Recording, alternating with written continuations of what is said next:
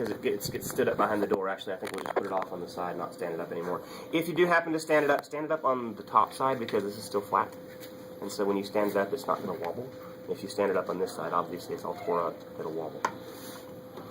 We were just talking about the spinal cord. We just talked about that anterior median fissure. See it?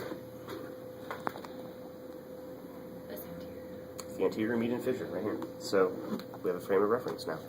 So here are those spinal nerves that we saw. If you were actually going to make up a name for one of these nerves, what would you call it?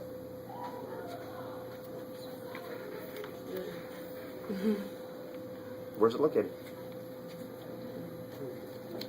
Between the ribs. And what means between the ribs? Intercostal. These are the paired intercostal nerves. Paired intercostal? Right, because there's paired. Next, do you see this chain of little pink blips? See them?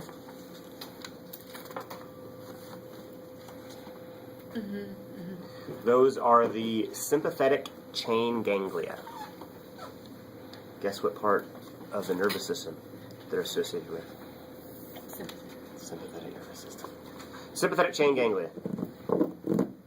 All right. A couple other things. A plexus. We talked about a plexus in lecture. I said it's where a whole bunch of nerves come together, twist together, and then come out as different. Here's a perfect example of a plexus. Do you see how we have the fibers coming out from 1, 2, 3, 4, 5 separate spinal nerves? They're all coming together and they're all twisting together. And then they come out as 1, 2, 3 nerves. This is a plexus. All right? There is only just a tiny remnant of the cervical plexus left on this model. There's a little bit of it right here. Anytime you see nerve fibers going together and joining together, that's going to be a plexus. Here's a little bit also here. We have 3 plexuses. We have the cervical plexus, which is around the neck. Duh. Brachial plexus. What does brachii mean? Last is the lumbosacral plexus. Do you see how these fibers start to twist? And they keep twisting, and they keep twisting, and they keep twisting, and they twist all the way down. This is the lumbosacral plexus. One interesting feature of the lumbosacral plexus is the sciatic nerve. And that is the largest nerve in your body, and it's here. Moms, did your kids sit on your sciatic nerve? Your leg won't work. Did your leg hurt for weeks? Yeah, it would. I couldn't move it. I just get a moment I have to just drag it. This is what your kids are sitting on, your sciatic nerve. Actually, specifically, their heads press on it. Okay, sciatic nerve right there. All right. I feel like I'm forgetting something. I am. Conus medullaris. What does it mean? Conus. Cone. Medullaris. Middle. Do you see a cone in the middle? A cone in the middle.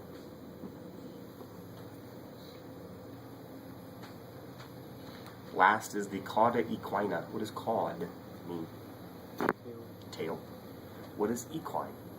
Horse. Do you see the horse's tail?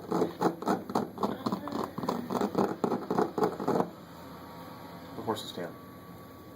Horse's tail and cone in the middle will be wrong on the test. It is the conus medullaris and the cauda equina. It means horse's tail because it looks like a horse's tail. It means cone in the middle because it's the cone in the middle. Is that right? Did I skip anything? Boys and grills. Can we see those same things on those over there standing up? Oh, no, this one. This one only. Okay. Pretty much everything I just showed you is visible on this one only. Please be very careful with this model. It costs more than $5,000. You are kidding. No, ma'am, I am not.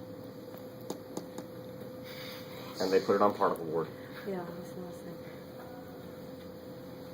thinking. $5,000. None of these things are cheap. It is ridiculous. Yeah, it is. So, Please be careful with it. Be gentle with it, because it's heavy and awkward and easy to drop.